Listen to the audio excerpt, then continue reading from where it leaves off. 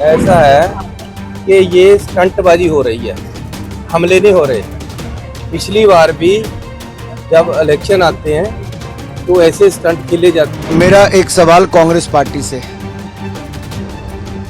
क्या 1962 का युद्ध, 1965 का युद्ध, 1971 का युद्ध, क्या ये कांग्रेस ने चुनाव जीतने के लिए करवाए थे? ये तैयार किए हुए सारे पहले से तैयार करके हमले करवाए जाते हैं। ये बीजेपी को जिताने का एक स्टंट होता है।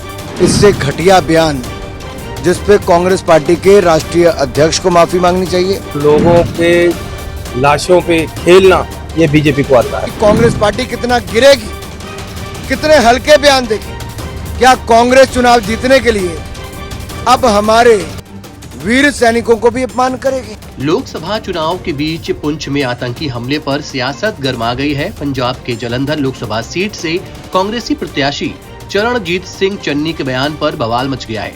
वायुसेना के काफिले पर हुए आतंकी हमले को लेकर पंजाब के पूर्व सीएम और जालंधर लोकसभा सीट से कांग्रेस प्रत्याशी चरणजीत सिंह चन्नी ने इसे बीजेपी का स्टंट बताया है। चन्नी ने कहा है, पुंछ हमला बीजेपी का स्टंट है। हर बार केंद्र सरकार ऐसी नौटंकी करती आ रही है।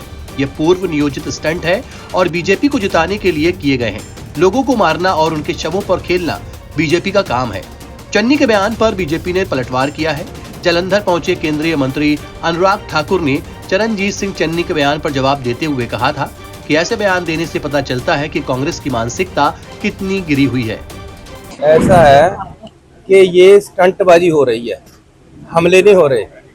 पिछली बार भी जब इलेक्शन आते हैं तो ऐसे स्टंट खेले जाते हैं और बीजेपी को जिताने का संविधान तैयार किया जाता है। ये तैयार किए हुए सारे पहले से तैयार करके हमले करवाए जाते हैं। ये बीजेपी को जिताने का एक स्टंट होता है। इसमें सच्चाई नहीं होती। लोग मरवाने और लोगों के लाशों पे खेलना ये बीजेपी को आता है। मेरा एक सवाल कांग्रेस पार्टी से, क्या 1962 का युद्ध, 1965 का युद्ध, 1971 का युद्ध, क्या ये कांग्रेस ने चुनाव जीतने के लिए करवाए थे? इससे घटिया बयान जिस पे कांग्रेस पार्टी के राष्ट्रीय अध्यक्ष को माफी मांगनी चाहिए, सोनिया जी और राहुल गांधी जी को माफी मांगनी चाहिए, देश से माफी मांगनी चाहिए।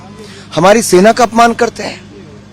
अरे जब अतिक्रमण करने का प्रयास चीन ने किया डोकलाम में, तब हमारी सेना ने मुंह तोड़ जवाब दिया। तब राहुल गांधी जी कहां थे? चीन के डिप्लोमेट्स के साथ बंद कमरे में न जाने क्या क्या तैयारी कर रहे थे। देश को बताएं क्या कर रहे थे। और जब एयर स्ट्राइक और सर्जिकल स्ट्राइक भारत के सैनिकों ने की तो उसके लिए कांग्रेस और विपक्ष के लोग कहते रहे कि फर्जी एयर स्ट्राइक है, हुआ ही नहीं। ये हमारी सेना की काबिलियत पर प्रश्न चिन्ह उठाते हैं।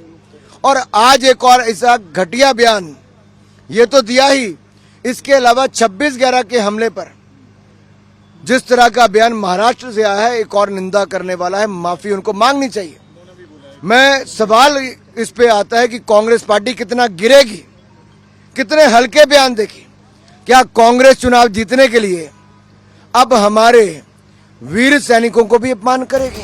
आपको बता दें कि देश भर में चुनावी माहौल के बीच जम्मू कश्मीर के पुंछ जिले में शनिवार को आतंकवादियों ने एयरफोर्स के काफिले पर घात लगाकर हमला किया था, जिसमें एक जवान शहीद हो गया था जबकि 4 अन्य घायल हो गए। इसके बाद सेना ने भी आतंकियों के खिलाफ तलाशी अभियान तेज कर दिया है। एनबीटी ऑनलाइन की रिपोर्ट।